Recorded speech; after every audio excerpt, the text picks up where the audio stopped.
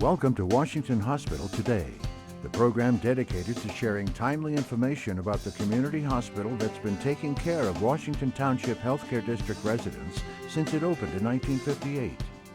Washington Hospital Today is provided for the sole purpose of informing residents about healthcare topics and issues that have been covered during community forums, free health and wellness classes, or as part of educational sessions held during the district's open board meetings. This program is one more way that Washington Hospital helps empower you, the residents of the district, by providing information needed to make informed decisions about your health.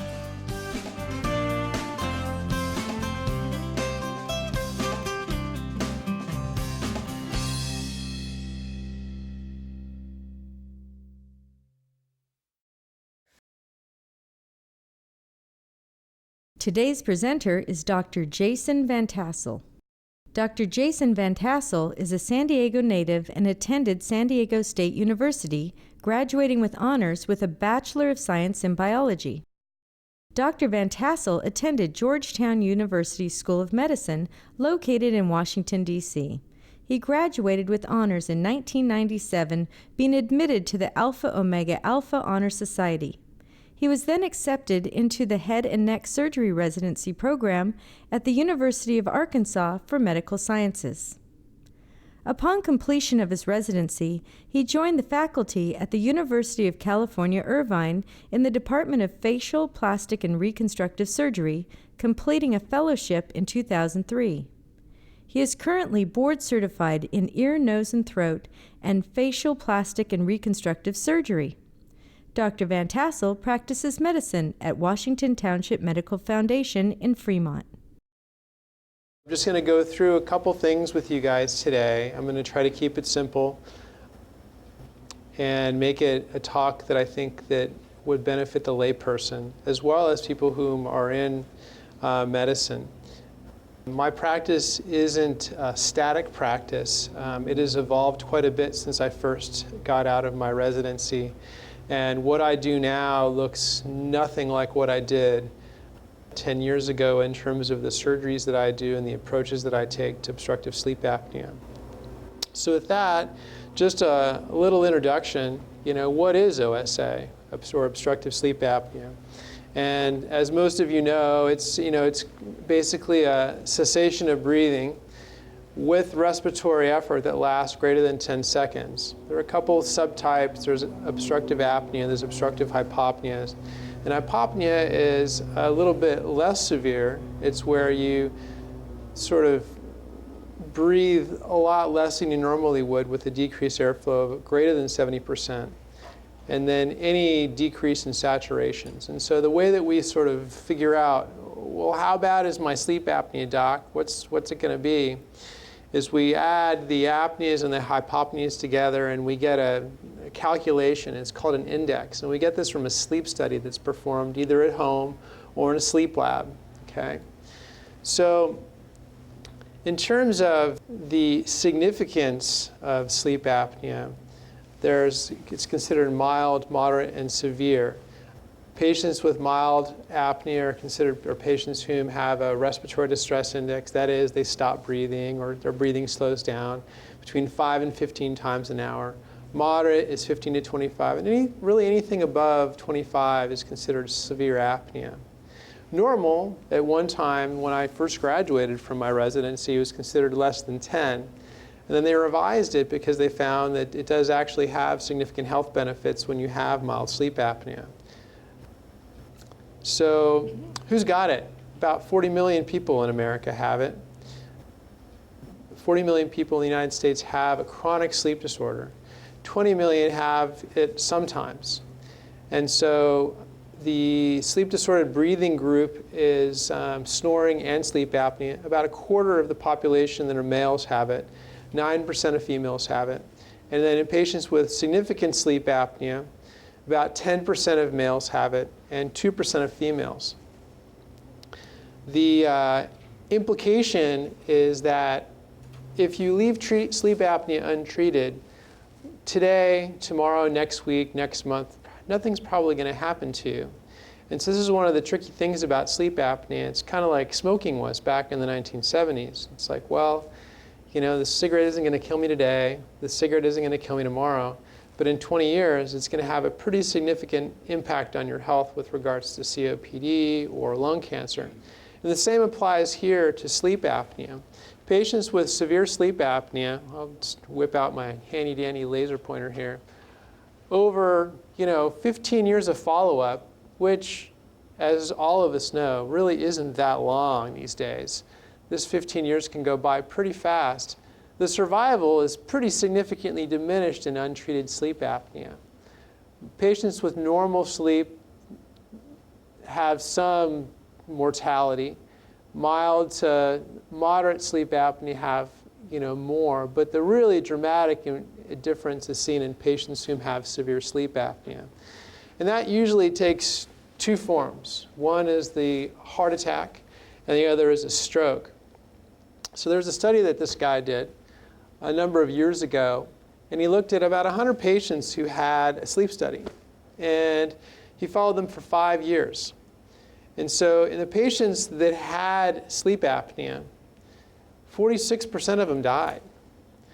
And only 16% of the patients who didn't have sleep apnea died. So that kind of just drives home that there is a significant impact on your health in the long term. It's also an independent risk factor for stroke. In a similar study, they looked at strokes among patients with sleep apnea that was untreated versus those that did not have sleep apnea.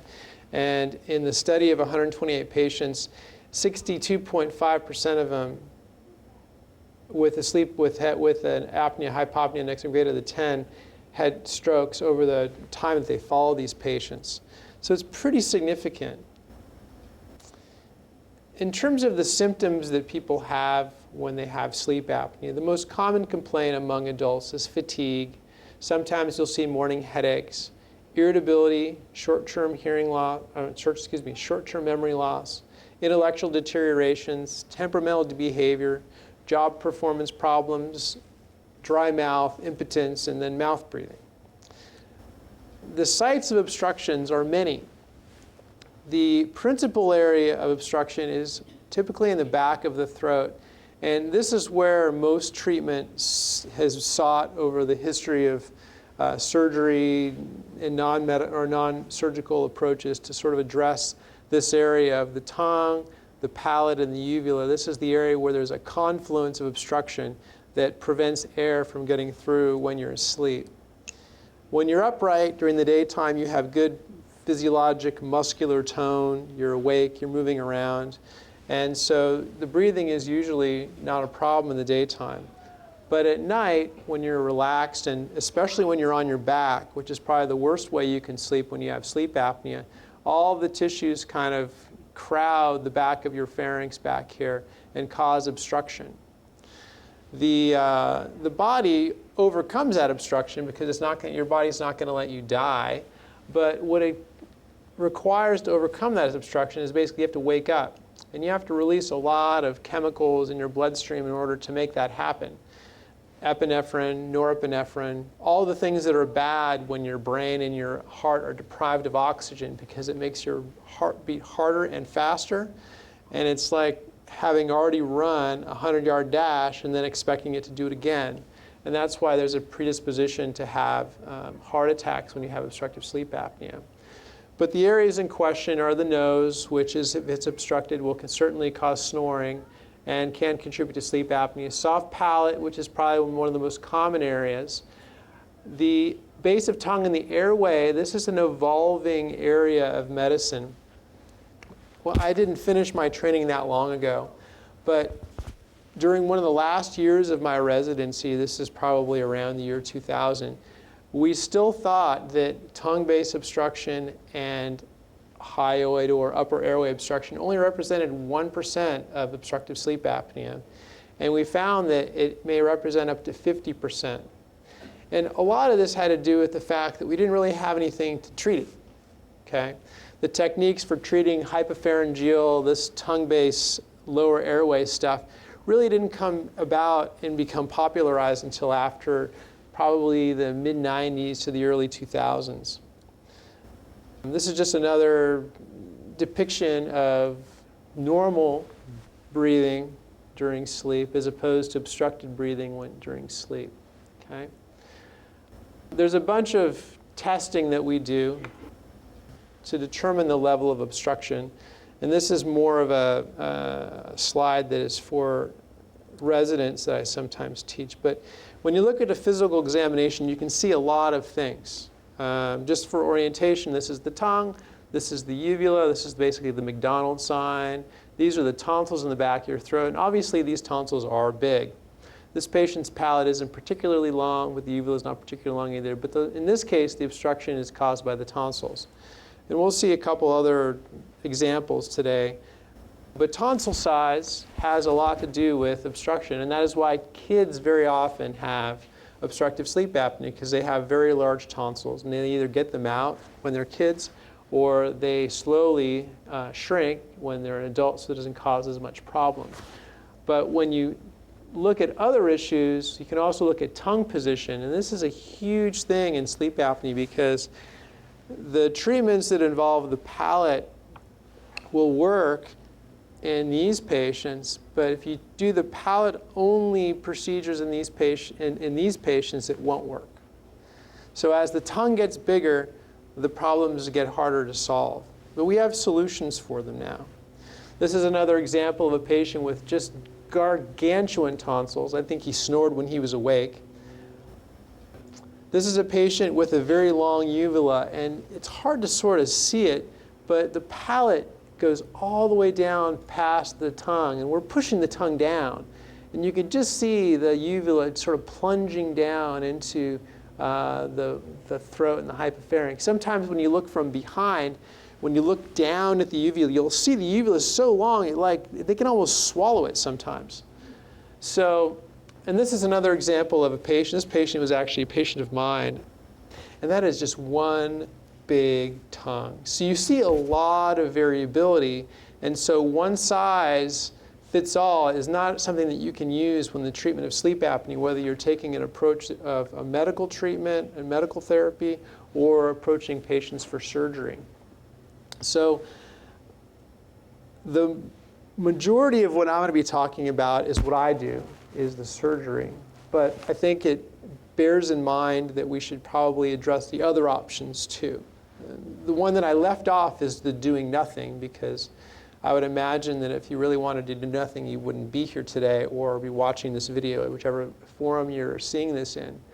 But the gold standard for the treatment of sleep apnea for years has been a CPAP mask. And CPAP has come a long way. At one time, they were the size of a pretty large suitcase, and they were not portable. The systems were clunky. The masks were ill-fitting, and they caused a lot of problems because they weren't as easily adjustable. Things have come a long way, though, and so the masks fit better. The devices are literally the size of a laptop now, and so people can travel with them. And for the right patient, the CPAP still remains the gold standard. But there are a lot of people out there who can't tolerate CPAP, or who, for whatever reason, don't wear it. For every 3 people that have CPAP, there are probably 2 whose CPAP sit in the closet because they don't use it every night, or they put it on, they try it for a few hours, they roll over in bed, it leaks a couple times, and they just rip it off. So there are numerous studies that exist in the literature that look at compliance for CPAP. Some people quote 60%. Some people quote 50%, but it can be as low as 30%. So if you're only having 1 in 3 people who have it use it, you're not really getting much benefit. The next treatment that is used that is also non-surgical is an oral appliance. And these have become popularized probably in the last 5 to 7 years. What it does is it's basically a night guard that you wear, which is it's kind of like braces, but it's putting your jaw into a position where your jaw is thrusted forward a little bit to open up the back of your airway. And these can be custom fitted by a dentist. We make them in our office for the right patients, and they can be highly effective. Again, there's an issue of keeping it in all night. People tend to spit them out. the dog eats it, you name it. But, and so it also, because you're causing the jaw to come forward, it can lead to some problems with temporomandibular joint disorders and basically jaw problems in your joint. It does work.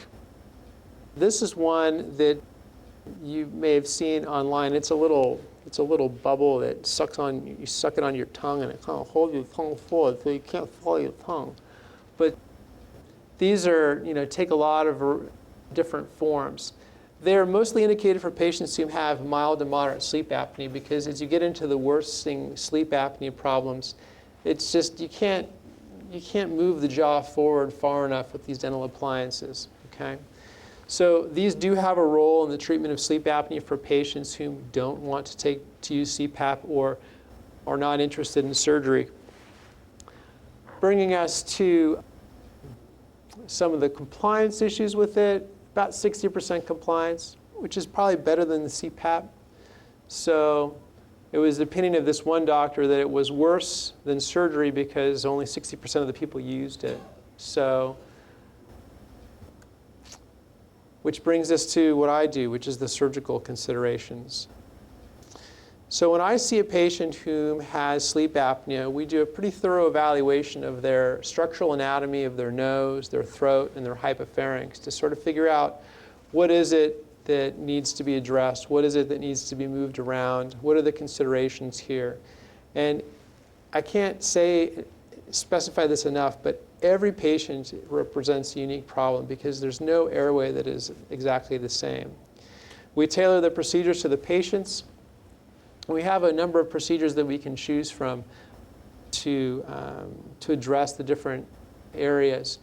The uvulopalatal is a common term that is thrown around for sleep apnea surgery, or UPPP or UP3, and that's for the most part kind of the workhorse procedure that's been done for 40 or 50 years since it was first introduced. The hypopharyngeal surgery, which I'll talk about a little bit as well, this is kind of an evolving surgery, and it has an evolving role. And so we'll talk about that a little bit in just a few minutes. There are a lot of surgical options.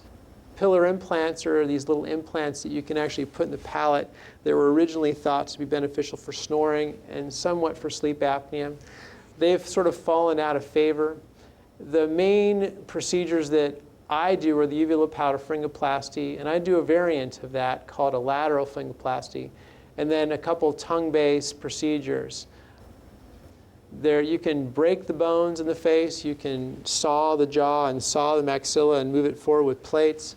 I think that that's a fairly extreme procedure in most patients, although some, but most patients don't need that level of invasiveness.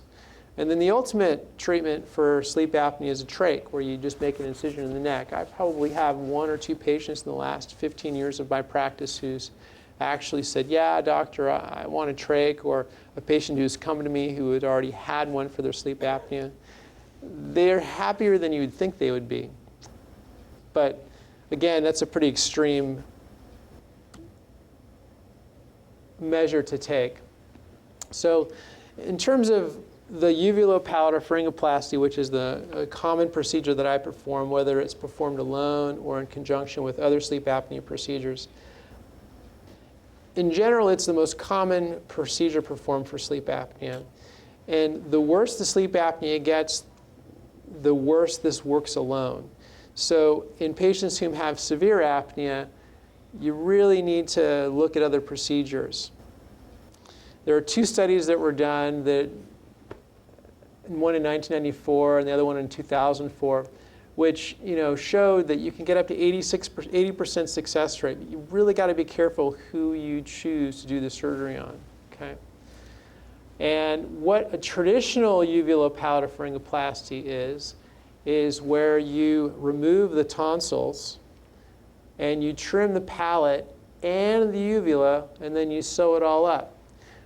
One of the major issues regarding uvulopalatal pharyngoplasty is that it's thought that, or it has been thought by physicians who perform the procedure, that the principal cause of sleep apnea is too much mucosa. You just have too much tissue in there. And so if you cut some of it out, you'll fix the problem. And that works, I think, up to a point. The problem with the traditional uvulopalatopharyngoplasty is that this uvula, it actually does something. When you yawn or you make certain expressions and certain sounds with your voice, your palate contracts and it rises. And when you have no uvula, it forms a scar band here, and so you end up with this fixed band. And sometimes food will go up your nose, and in some patients, everyone kind of complains that they feel like there's something stuck in the back of their throat. And that might be because of the scar contracture that's there, or it could be that the fact that there is something there and the uvula isn't there to sweep it off. I don't chop the uvula off. I leave it.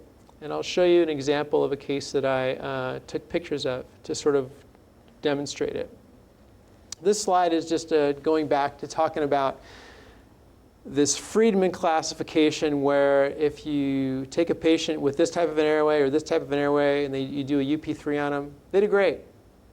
If you do this patient or this patient, they don't do so great in terms of success. So you need other procedures to address these types of patients that have severe apnea or have airways that have significant compromise.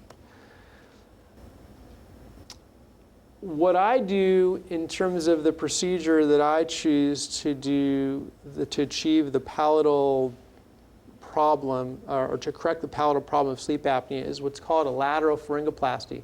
This was originally described by a guy named Colley in 2003. He presented it at one of the national meetings. And what he does is, instead of cutting out the mucosa and suturing, he actually cuts the muscle and repositions the muscle. And he got a good improvement. So in his study, there's a bunch of people who had sleep apnea, and their average respiratory distress index or apnea number was 41. And afterwards, it was 9.5, which is pretty good.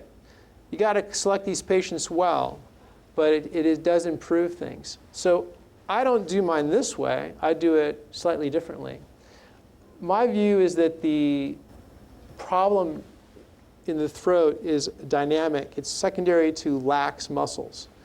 And some people's muscles are just in the wrong position, or they're too loose. And if you tighten things up, it won't collapse as easily. And so I don't cut as much mucosa. I spare mucosa. I spare the uvula. And we do what's called a dynamic repositioning of the muscles that are underneath. The focus of my surgery is not on excision. You can't put stuff back once you cut it out, like the uvula, for instance. It's more on repositioning the muscles of the pharynx, which have really long names. So I use this in mild to moderate sleep apnea, and I also use this in conjunction with other procedures that we'll talk about in just a few minutes. So this is a picture of a person who had sleep apnea that I operated on last year. And they had what I would consider moderate sleep apnea. As I recall, their respiratory distress index number was about 30. So this patient's an adult. They have some tonsillar tissue. They have this posterior fold of mucosa, and they've got a fairly normal-sized uvula. This is the tongue down here. So after I took the tonsils out, whoa, scary, bloody stuff. You can see the striated muscles underneath, okay? And you see here the uvula is still there. I took a little bit of the excess mucosa off because it tends to get swollen from snoring and obstructing over the time. So you just trim the tip off but leave the muscle behind so that the whole physiologic complement of the uvula is left. And then what I do is I take sutures and I reposition this underneath. And I reposition all these muscles laterally so that if you're trying to obstruct, it's harder because the muscles, they just don't come in as much.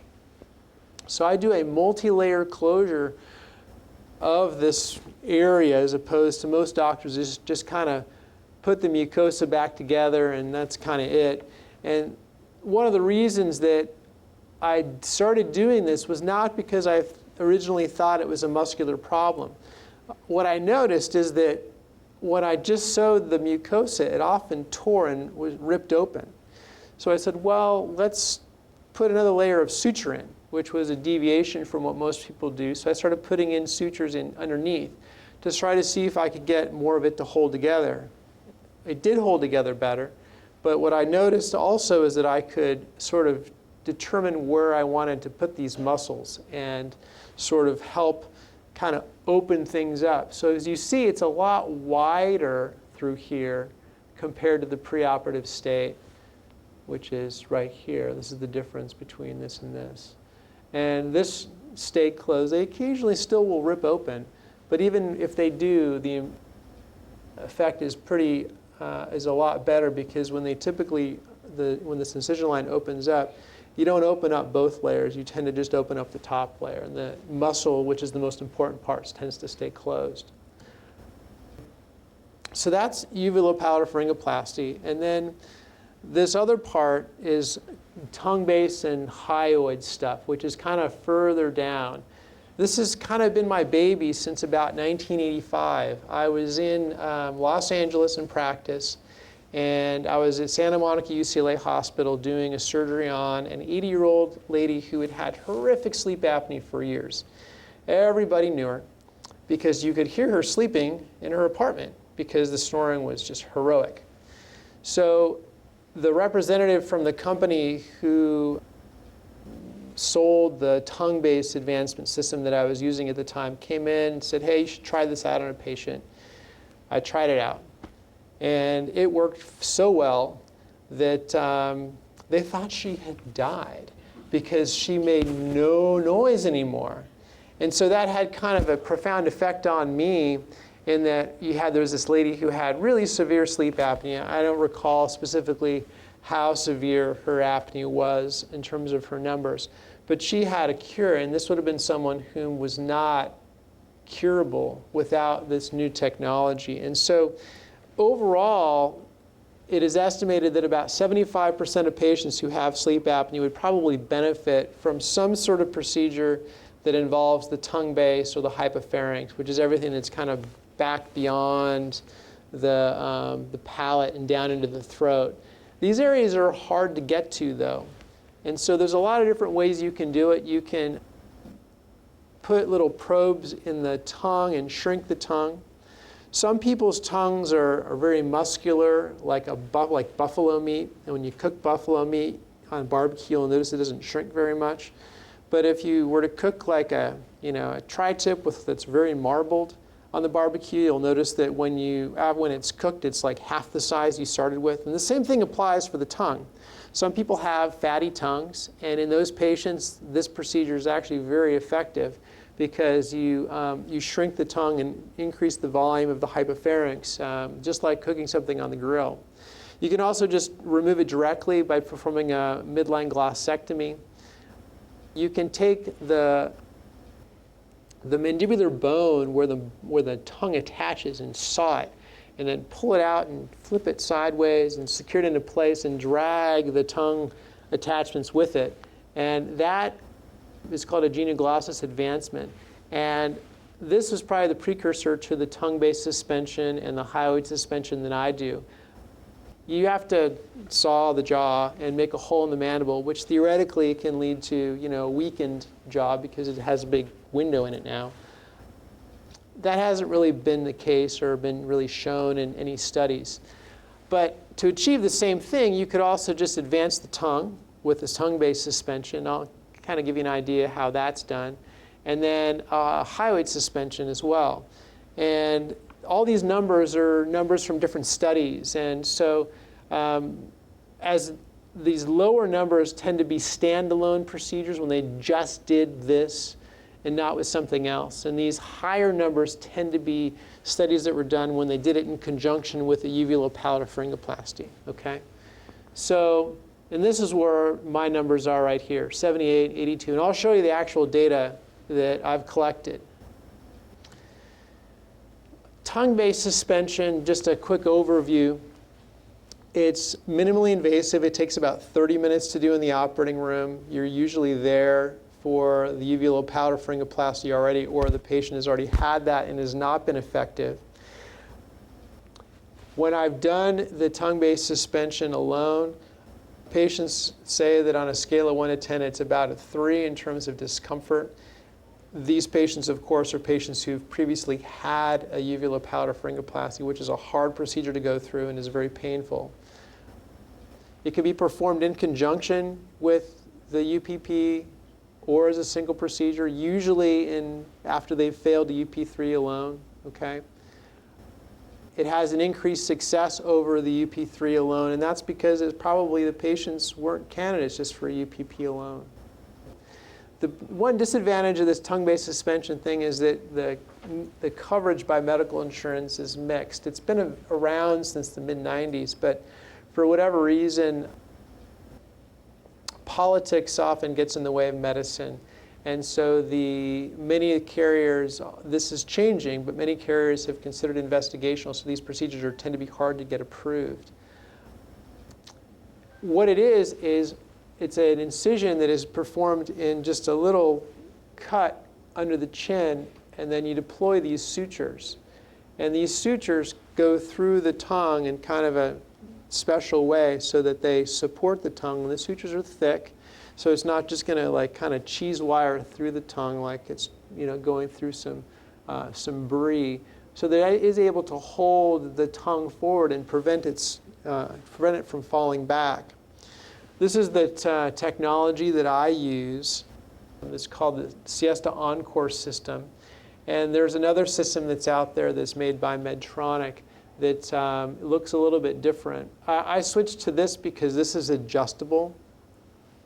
I switched to this because the company hired me to help them develop some other products. And this actually is an invention that I made and have patented for another procedure that we'll talk about in a second, which is the hyoid procedure. But the tongue-based suspension is performed through a little incision under the chin, and you just dissect down and then deploy the sutures, and then the sutures come out, and then you secure them to the screw. And if it's not tight enough, you can bring it back. If it's too tight, you can loosen it. I've not yet had a patient who's asked me to loosen it. I potentially have a couple patients who could use some tightening. This device is the prototype for passing the suture that is for hyoid myotomy and suspension.